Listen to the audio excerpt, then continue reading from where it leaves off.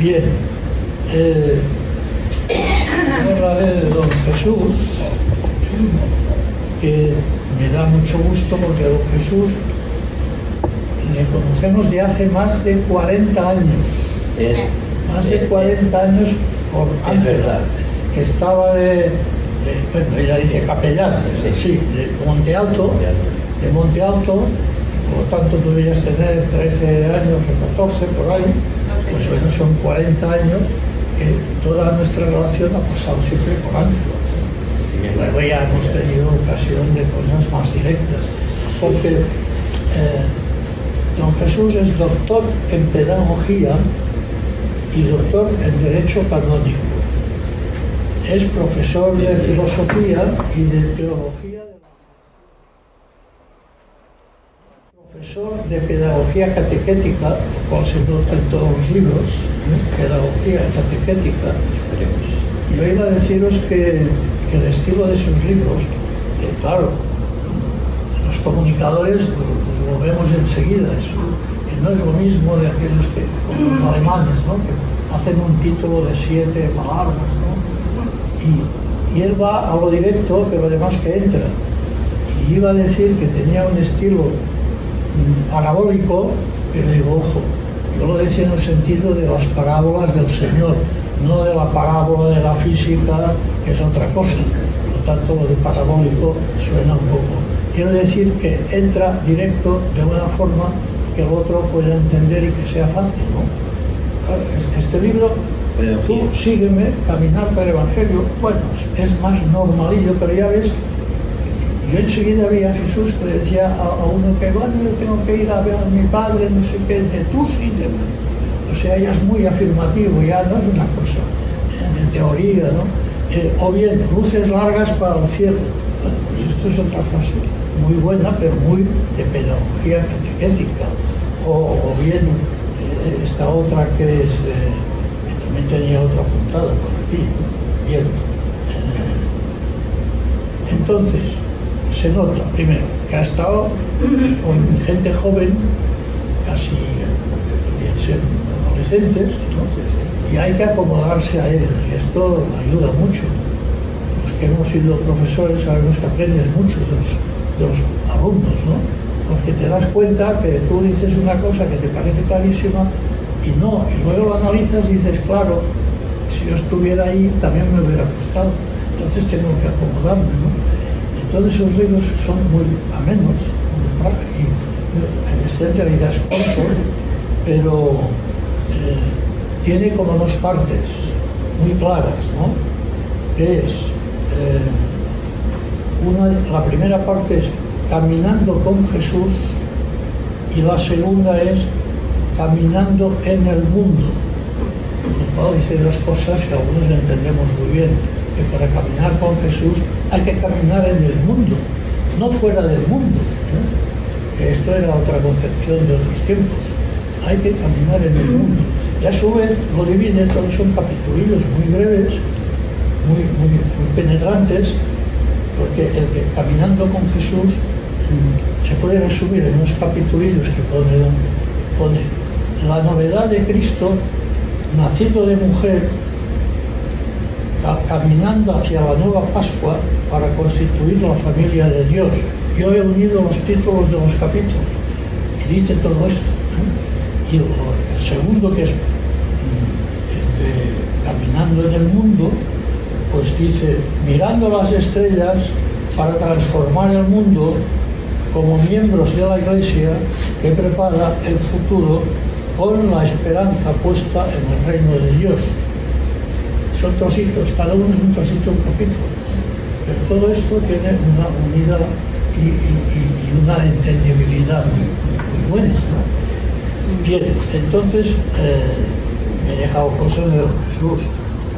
Ha sido profesor del Departamento de Educación en la Fe de varios colegios, entre ellos Monte Alto, y profesor del Instituto Superior, ya es de Ciencias Religiosas, y ya es otro nivel, todo dentro de la pedagogía de la fe, ¿no?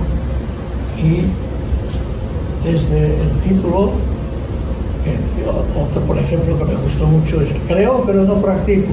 Sí. Es muy, dice mucho, ¿no? Creo pero no practico. Bueno, pues va directo a gente que tiene fe, pero le cuesta ponerlo en práctica, entenderlo. Y claro, son libros muy oportunos, nunca son tomarlos de estos de teología, de lo que es solo para los expertos, ¿no? Y por lo tanto creo que vamos a disfrutar mucho con él y que es fácil de que gente joven también lo coja porque no asusta nada. Esto es muy breve, muy bien dicho y por lo tanto pues, yo espero que nos siga habiendo más para que yo tenga la oportunidad de volver a presentarlo y sea en invierno y con más gente. Dios lo quiera. Es para jóvenes como nosotros y para abajo. Y para abajo. Pues no ha dicho una cosa que salió una vez de una presentación que dijo: no voy a presentar a don fulano porque es impresentable. Impresentable. Quería decir que es muy conocido, etcétera. Pero bueno, es decir, menos mal que nos ha dicho que es impresentable.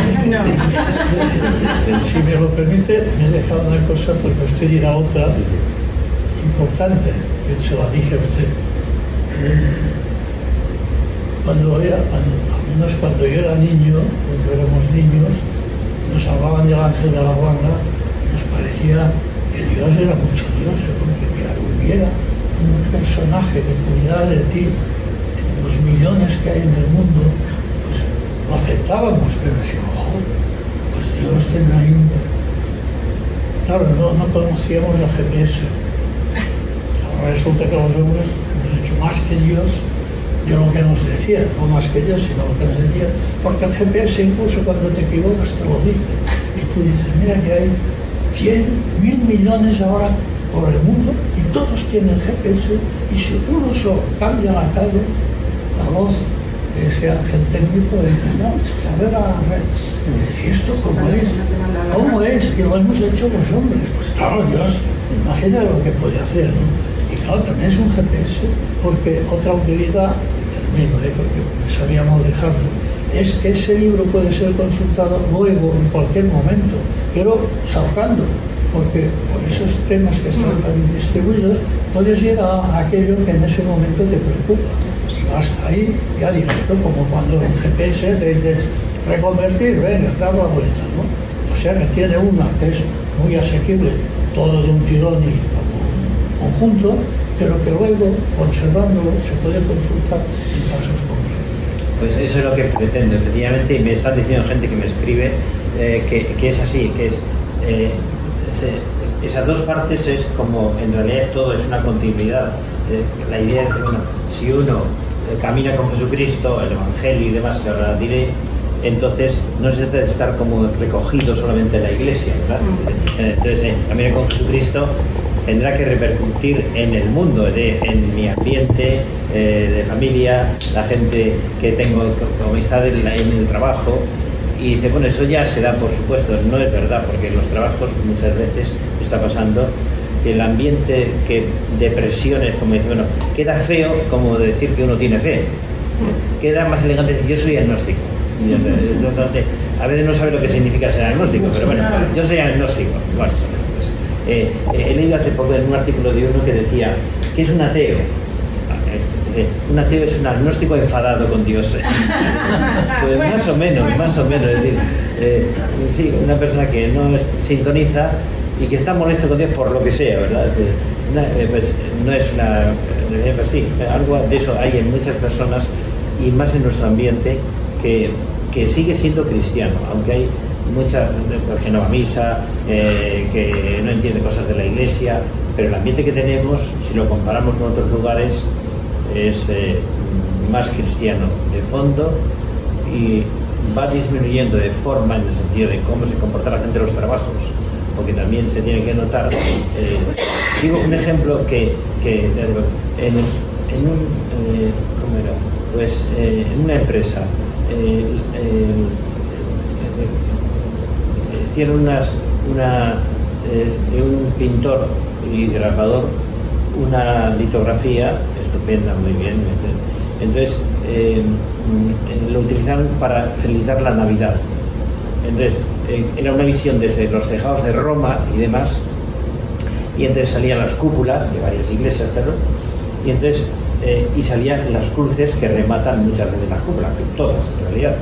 Y la empresa que lo quería utilizar como felicitación de Navidad, porque era una vista bonita de tejados, de una ciudad, Roma, etcétera, le dijo, por favor, quite las cruces de las cúpulas, para no molestar a nadie.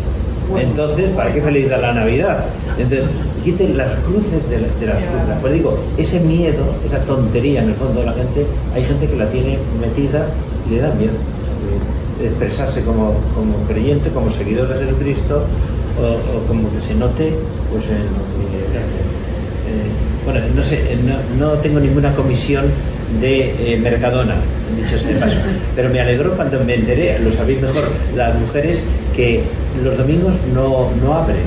Y me di cuenta que cuando el Jueves Santo y Viernes Santo, me parece tampoco, cuando fui a comprar una cosa, digo, vamos a ver, yo no le pregunto a ese señor si va a misa todos los domingos o no, pero me hace un signo en una empresa muy grande, primero que da trabajo a muchas familias y demás, y que procura vender y ganar dinero, evidentemente, pero si ese gesto no hace falta que él se ponga un cartel ni de católico, ni que diga que va a misa todos los domingos o otros días, pero es un signo de decir, hombre, los domingos hay que respetarlos lo más que se pueda, ¿verdad? Y por tanto, en mi empresa, en la medida que depende de mí y de mis subordinados, pues no abrimos los domingos, para facilitar la vida de familia y facilitar el cumplimiento de la misa dominicana, por ejemplo. A mí me parece que, por tanto, eso de decir cómo lleva uno el seguimiento de Jesucristo en el mundo, no es solamente que lleve una bandera o que lleve una cruz colgando, sino es que en las cosas que hacemos se tiene que notar. Una persona participa de esta visión del mundo que decimos, cada uno tiene su filosofía de la vida, lo digo por ahí me parece. Pues sí, cada uno tenemos filosofía de la vida, pero hay algo común, y en nuestro ambiente, ya digo, cristiano, con muchas limitaciones y con muchas deficiencias y con mucha marcha atrás, sí, pero también sigue habiendo mucho tono cristiano, hasta en estos ejemplos que estoy poniendo, uno negativo y otro positivo. Y yo lo que he pretendido es, con este libro, pues que saliera en el año 24. ¿Por qué? Porque lo he hablado con obispos, de Madrid, con sacerdotes, y estamos de acuerdo en que la mayoría de los fieles no se han enterado que este es el año de la oración. Es decir, la Iglesia tiene que funcionar como a modo de empresa también, poniendo reclamos. Entonces, el año 24 es el año de la oración. El año, como Juan Pablo II, fue el año de la fe. Otra vez el año de la caridad, lo que sea.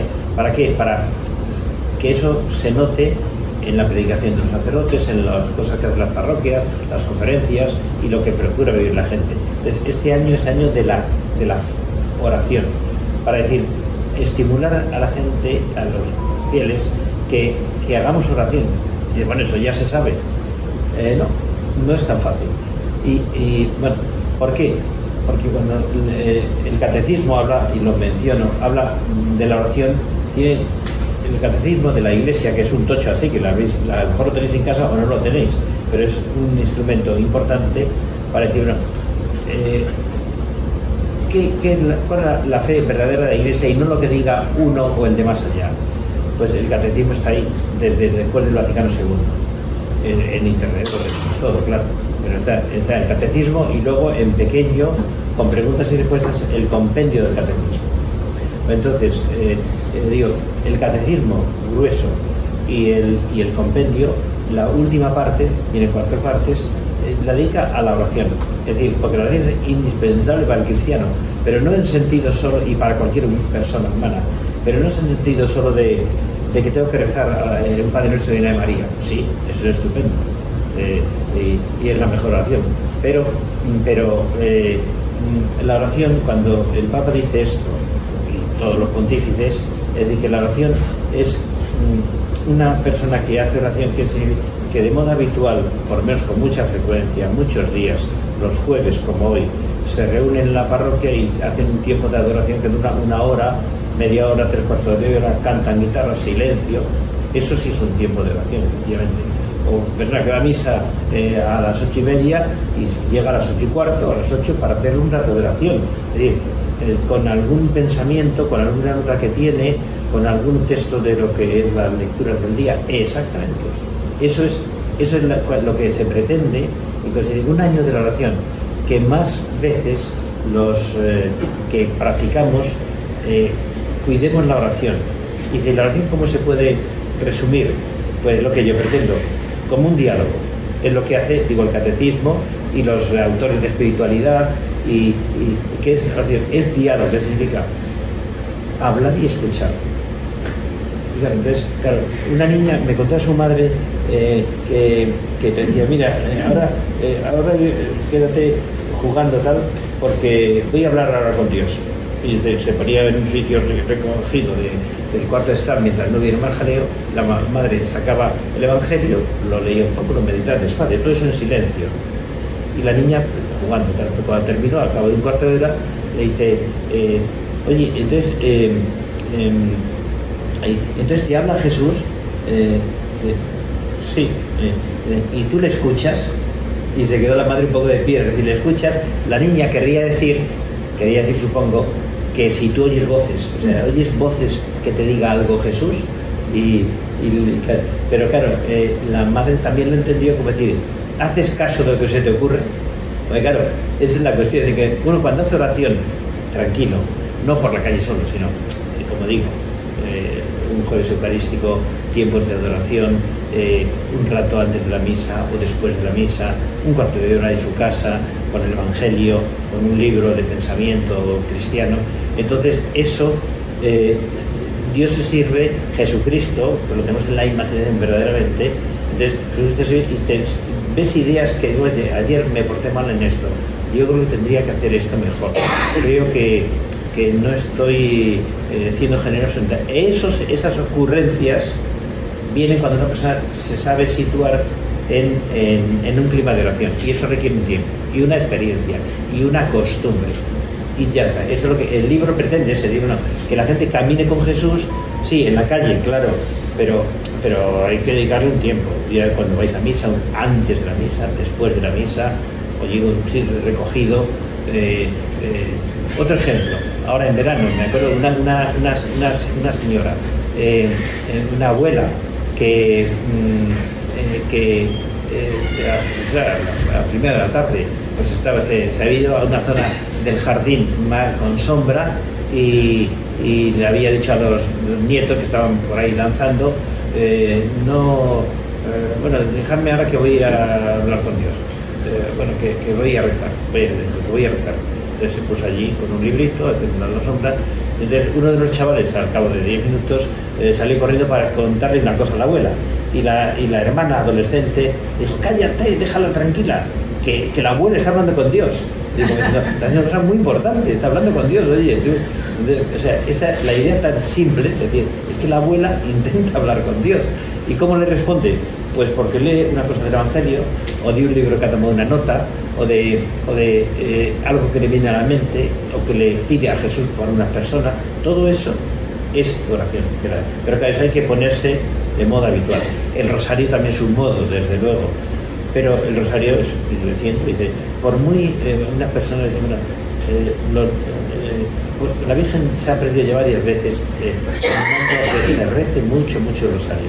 Dice, bueno, es repetir muchas cosas, sí, pero mientras uno está rezando el rosario, estás dedicando un cuarto de hora aproximadamente en familia o juntos en la iglesia o tú solo por tu cuenta o hasta en la calle, pero entonces ahí hay un diálogo que la Virgen escucha lo que tú tienes en el corazón, lo que vas pidiendo, lo que se te ocurre, y eso también es oración. Es oración vocal, decimos, que el catecismo lo explica. La oración vocal es la que cuando se reza en voz alta con alguien más o en la iglesia es vocal, efectivamente, decimos muchas veces el Padre Nuestro y la de María.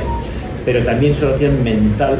El Papa Juan Pablo II dedicó una carta pastoral al rosario y explicó muy bien, cosa ya sabida, que eso de rezar el rosario, sobre todo cuando se reza personalmente o en un pequeño grupo en la parroquia, dice, el primer misterio, la oración de Jesús en el huerto, Padre Nuestro que estás en el cielo. No, es aconsejable que, por ejemplo, quien dirige el rosario en la parroquia, primer misterio, la oración de Jesús en el huerto. Vamos a dejar unos instantes para que cada uno imagine lo que sabe del Evangelio de Jesús en el huerto, o pretenda una intención por la que está dirigida la Virgen. Entonces ya se reza entonces el Padre Nuestro, la de Marías. Es decir, que todo, hasta las oraciones vocales, como el rosario, requieren un poco de pensamiento interior. No somos altavoces, por lo que está hablando de manera... y ya está. Incluso alguna persona ha dicho, bueno, para rezarlo así de manera monótona, no lo rezo. Y pues el peor rosario es el que no se reza. Es que me distraigo, pues procura no distraerte, pero estás hablando con la Virgen, pides cosas, imagínatelo y piensa lo que decía Juan Pablo II. La oración de Jesús en el huerto, bueno, piensa un momento antes de empezar a rezarlo, solo, acompañado, qué significa para ti, qué pena te da tus pecados, etc.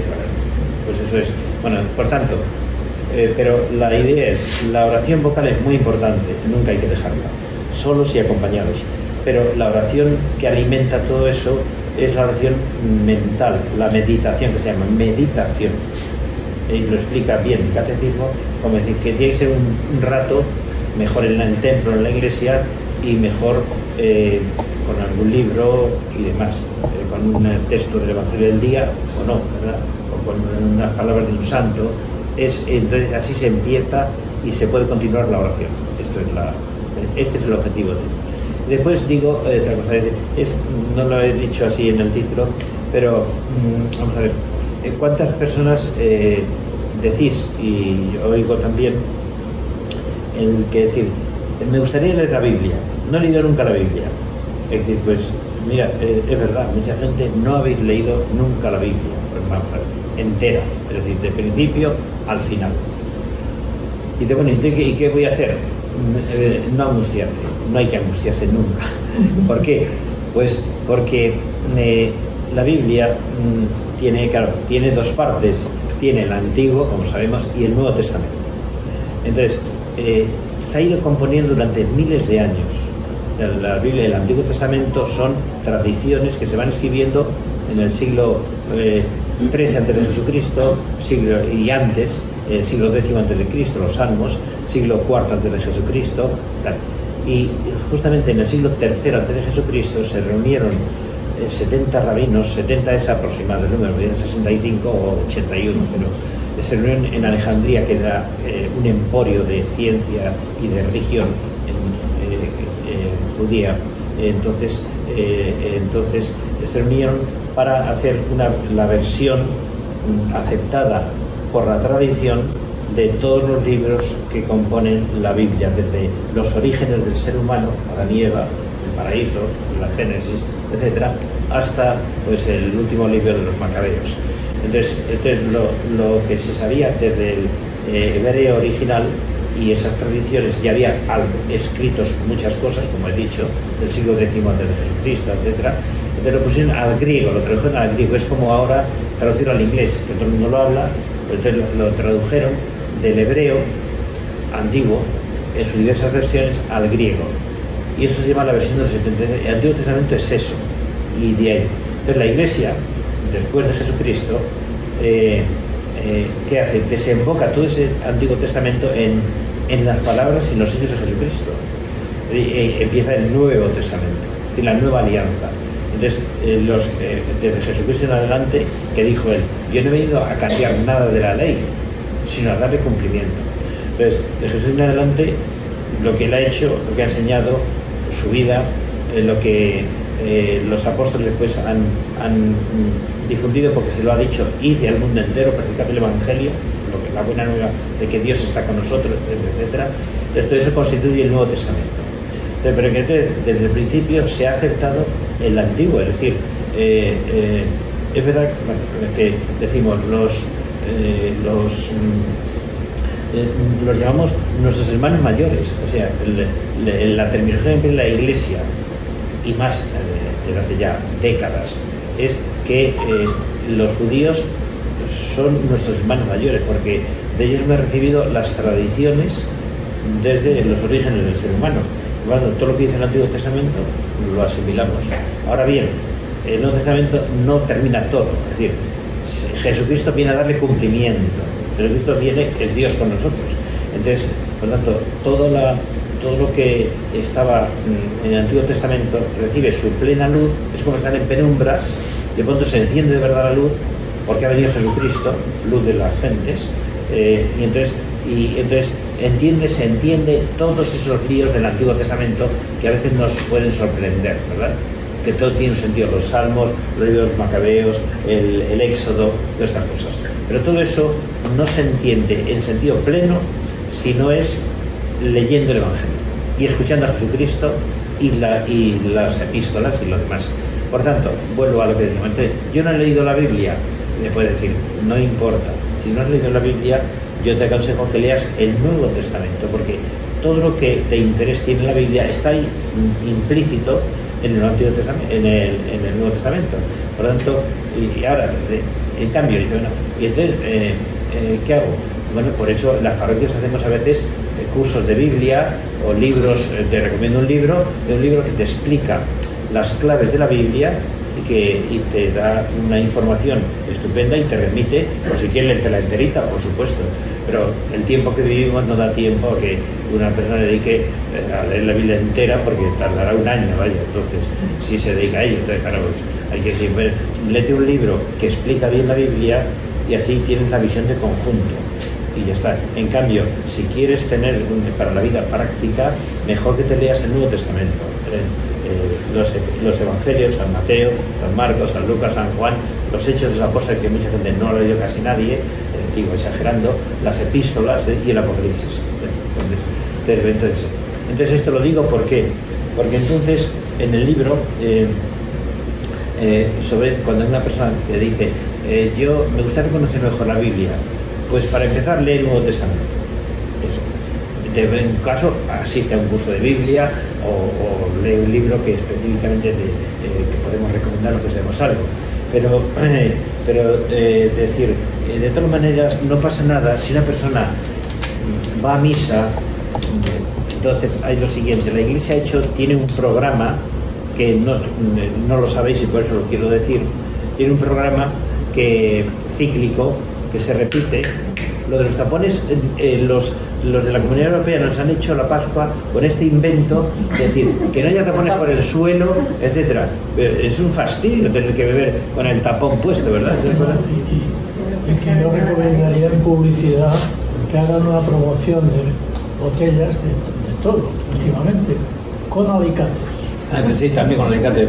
Una bolsa de 10 en 10 y alicates. Con alicates. Porque hay que... Claro, Dios mío. Pues volviendo entonces, decía que entonces, a esa pena que a veces tiene un buen católico, es que no he leído la Biblia entera. Mira, no importa, porque pasa lo siguiente. La liturgia de la Iglesia, que es lo que yo abundo ahí, la liturgia de la Iglesia tiene unas celebraciones, unos ritmos, unos tiempos que todos conocemos. No es lo mismo la Navidad, el Adviento, la Navidad, la Cuaresma, la Pascua, el tiempo ordinario, todo eso está muy pensado y muy experimentado desde hace siglos y especialmente pues al día después del Vaticano II. Entonces ha elegido textos del Antiguo Testamento y del Nuevo seleccionados en las misas de los domingos, lo veis, que viene una lectura del Antiguo Testamento, un salmo, una lectura del Nuevo Testamento y el Evangelio. Entonces todo eso, cuando a misa va y dice, bueno, lo escucho y me interesa, claro. Pero dice, bueno, si una persona va a misa todos los días, durante 3 años, ha leído la Biblia entera. Porque claro, cada día se ha seleccionado un texto del Antiguo Testamento, un salmo y un evangelio. Entonces cada 3 años, por eso hay 3 ciclos que llamamos, que son los sacerdotes y los teólogos saben. El ciclo A, B y C. Este año estamos en el ciclo B. El año que viene está en el ciclo C. Entonces, está hecho porque se van seleccionando los textos desde el Génesis hasta el Apocalipsis, de tal manera que ya digo, una persona que va a misa, que muchas que ven todos los días, casi todos, entonces ha oído todo el Nuevo Testamento. Digo todo, toda la Biblia y por tanto, muy bien, o sea que no es desconocida para ninguno de vosotros, aunque no más de los domingos no es desconocida la Biblia. Conocemos muchos pasajes casi de memoria del Antiguo Testamento, muchos salmos y todos los evangelios, ¿verdad? Por tanto, entre lo que yo pretendo con el libro es que siguiendo ese truco, ese programa que tiene la Iglesia, siguiéndolo, lo he ido asimilando de domingos, fiestas y demás, entonces lo he ido seleccionando, madurándolo, predicándolo y lo he puesto ya en continuidad y ya salió el libro.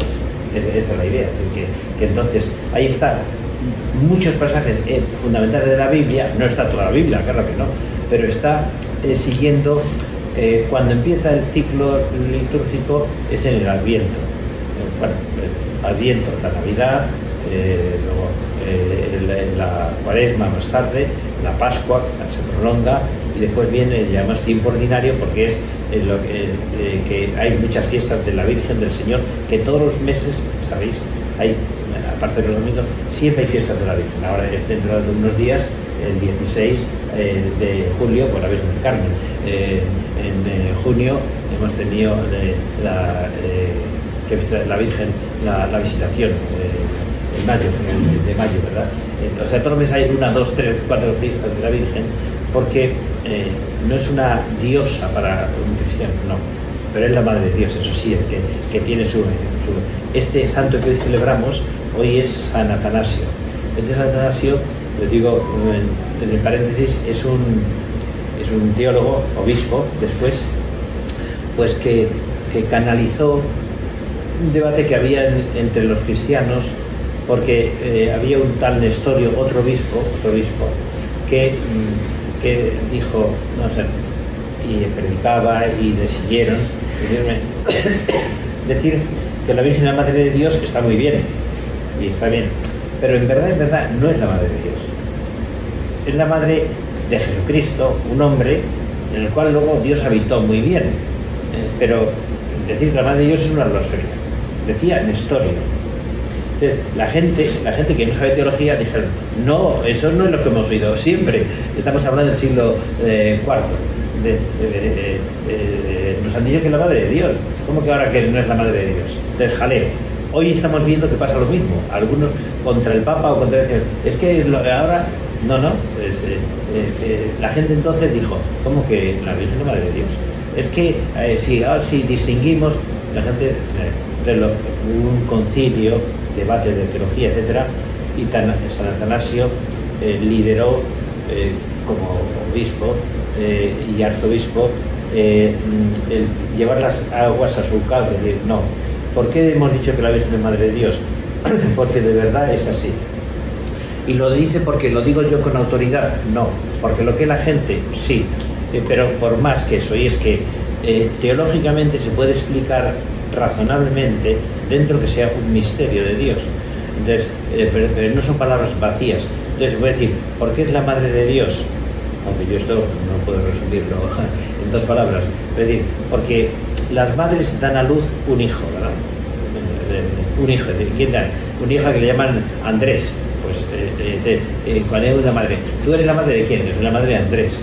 Entonces, ¿pero tú eres la madre del cuerpo de Andrés? No, soy la madre de Andrés, esta criatura que ahora tiene 8 años y que lo hemos bautizado, pues soy la madre de conjunto de todo, pues, de su cuerpo, de su alma, y luego se va desarrollando, pero soy la madre, no puedo distinguir, no, soy la madre de su cuerpo, pero no de su alma. Entonces, con Jesucristo, aunque hay que dar un salto, algo parecía decir, ¿la Virgen es la Madre de Jesucristo? Sí. ¿De quién es? De su persona. ¿Y quién es Jesucristo? Dios hecho hombre.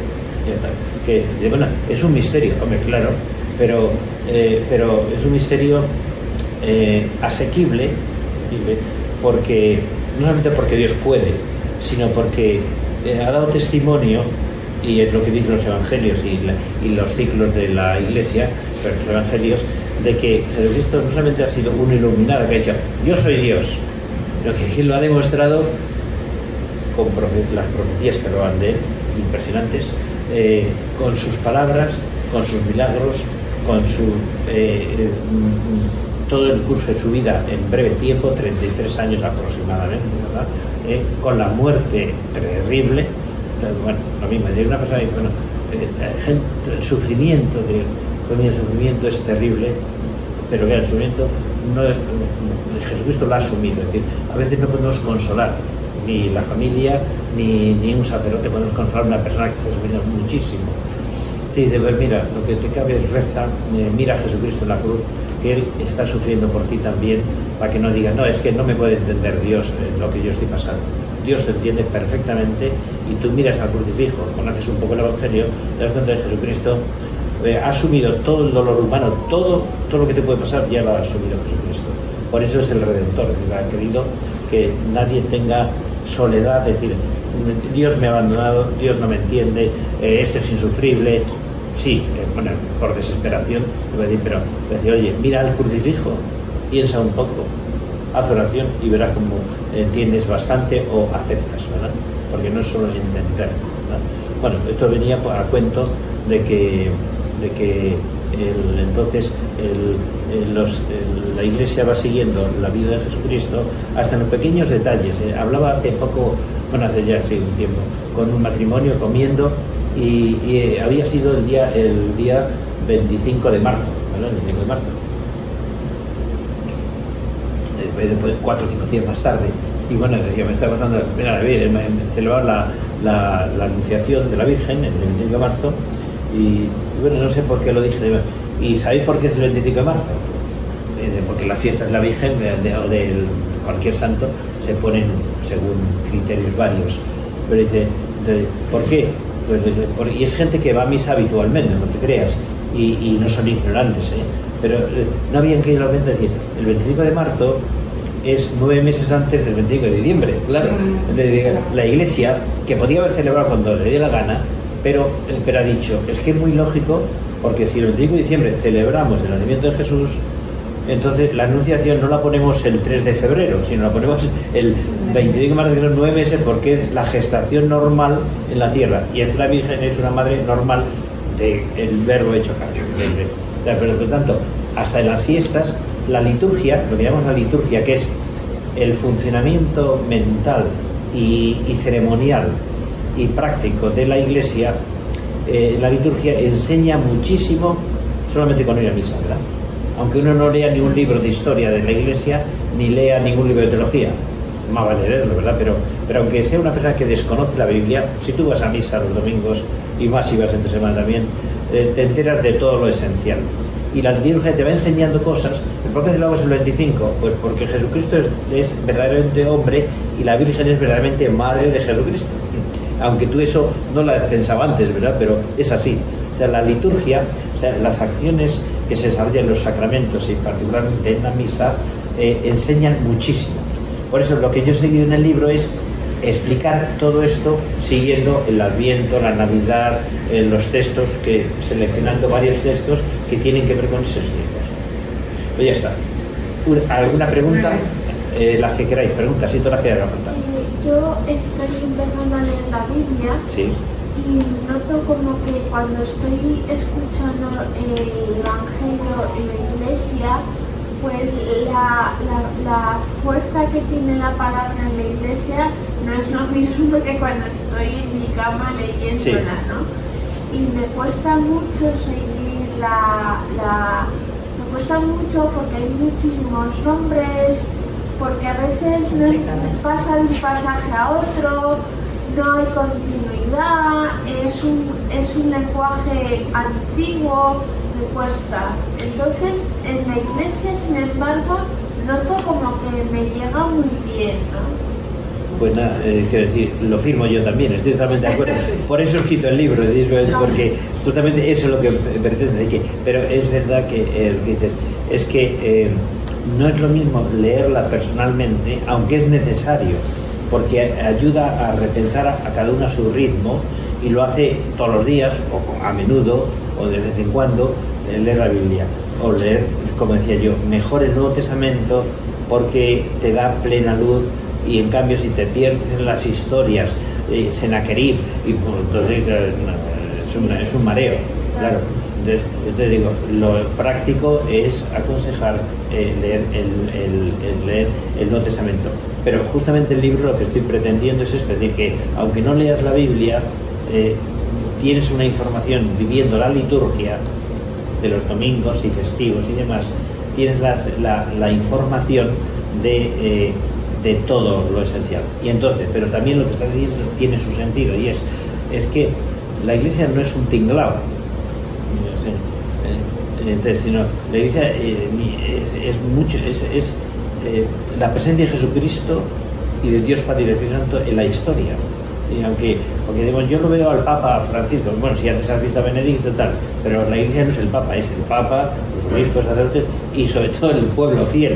Entonces, que son aquellos que cuando Nestorio dijo la Virgen no se puede decir que era Madre de Dios, el pueblo reaccionó en contra.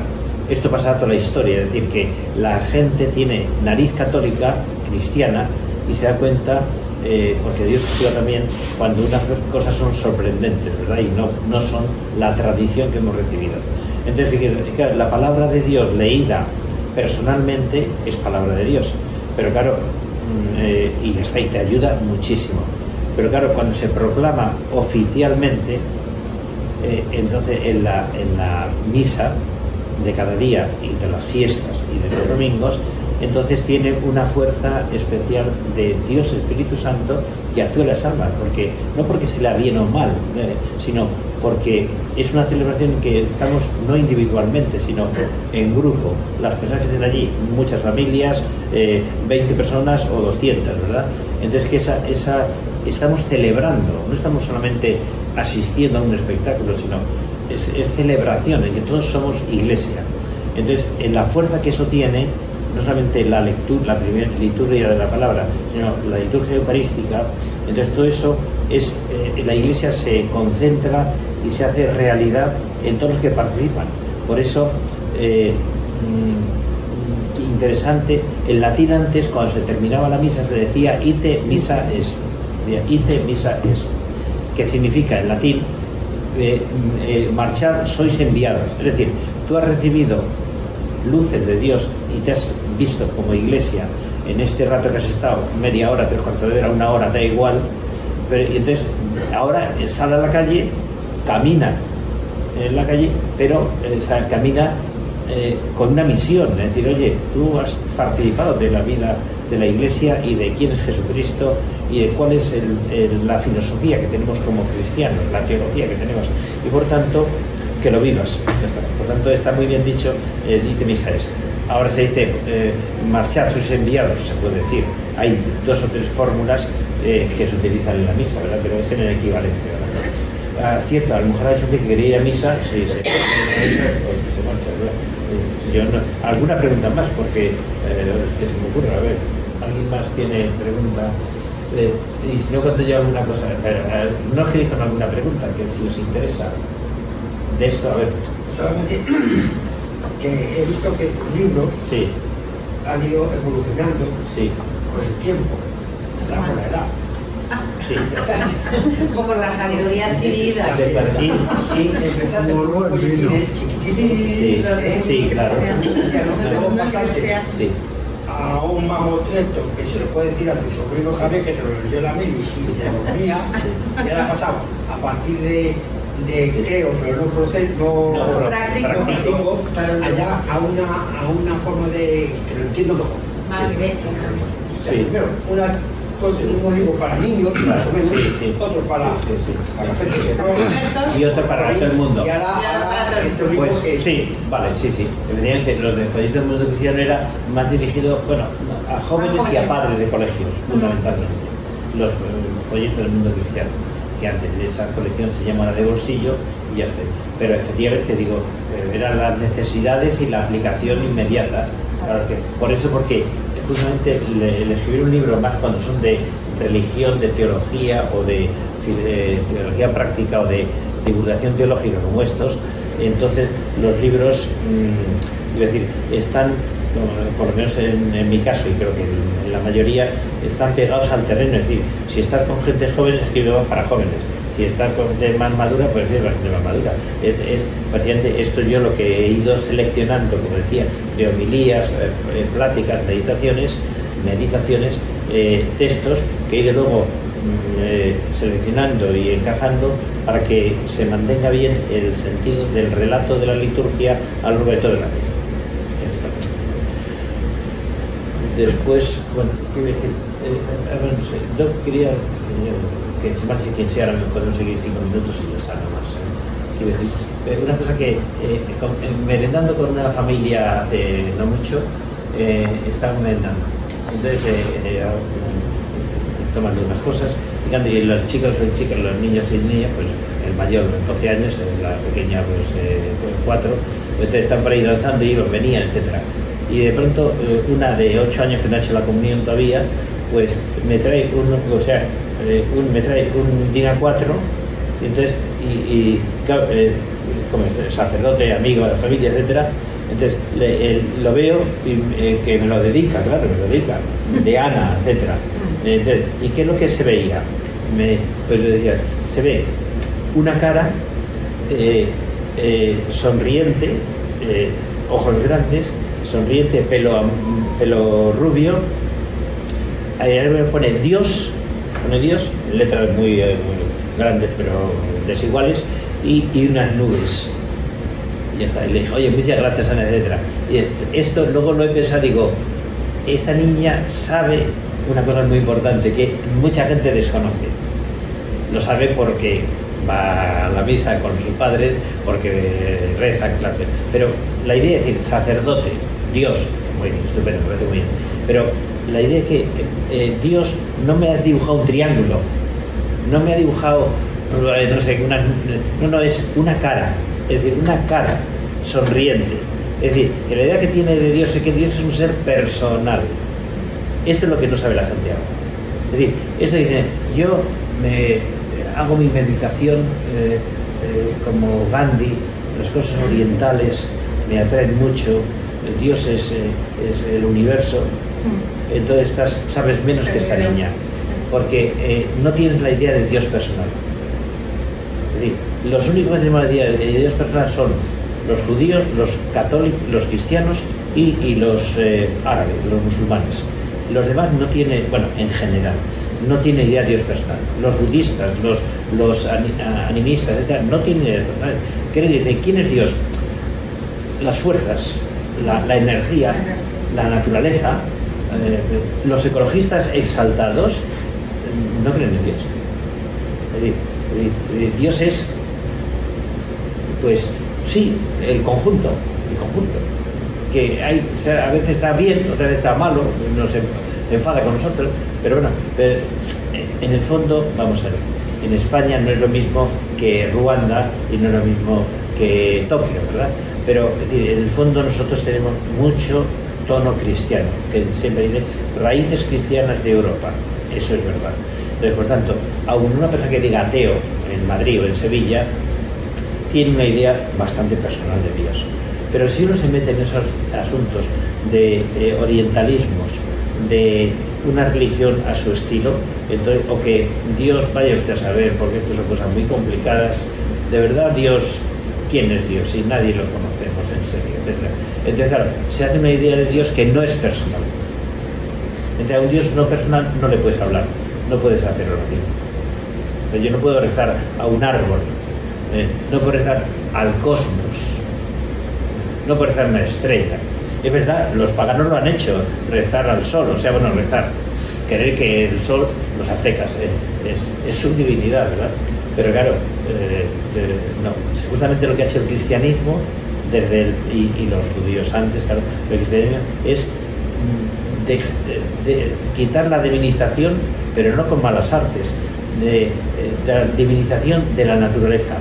Es decir, mientras que antes de Jesucristo los griegos, los egipcios adoraban al halcón, adoraban a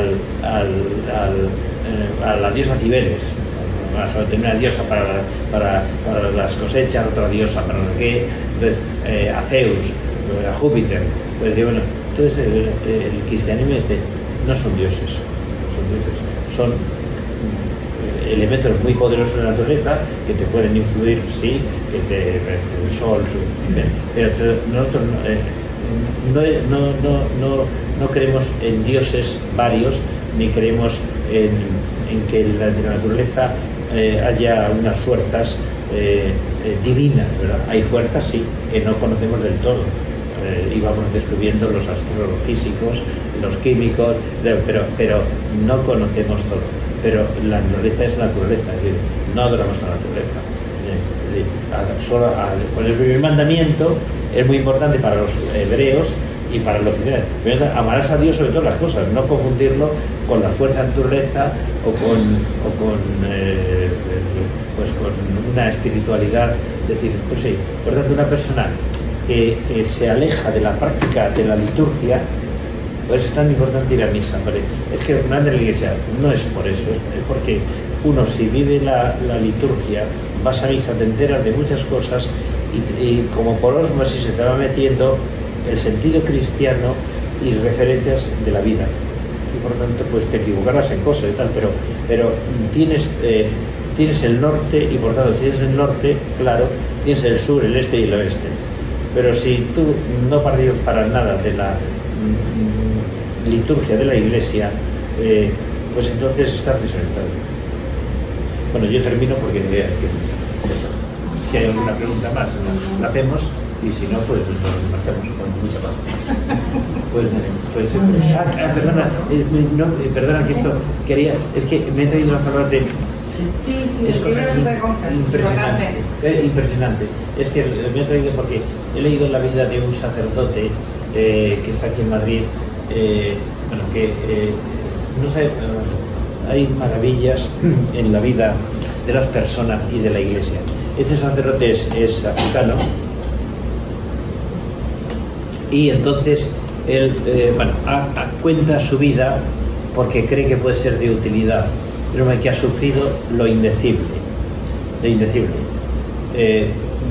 exiliado, perseguido, sin familia, andando por la selva, antes de ser sacerdote, como seminarista, etc. Bueno, entonces está en campos de concentración, ha estado en uno de estos sitios teníamos 100 miles de personas y había muertos por todas partes y por tanto peste y tal, y no podíamos ni enterrarlos, no teníamos ni nada para enterrarlos. Bueno, es una cosa increíble y vive porque Dios ha querido, no la han matado, está en la cárcel. Bueno, te digo, entonces este sacerdote cuenta una cosa que a veces es interesantísimo para mí y para todos. Dice lo siguiente, lo he querido con su palabra. Dice, personalmente nunca he sentido la tentación de poner en duda la existencia de Dios ni de atribuirle mis desgracias. Nunca pensé ni un solo instante que Dios me hubiese abandonado. Al contrario, fue precisamente durante los momentos de mayor dureza cuando se vio fortalecida mi fe. O sea, que es tan frecuente aquí entre nosotros me refiero,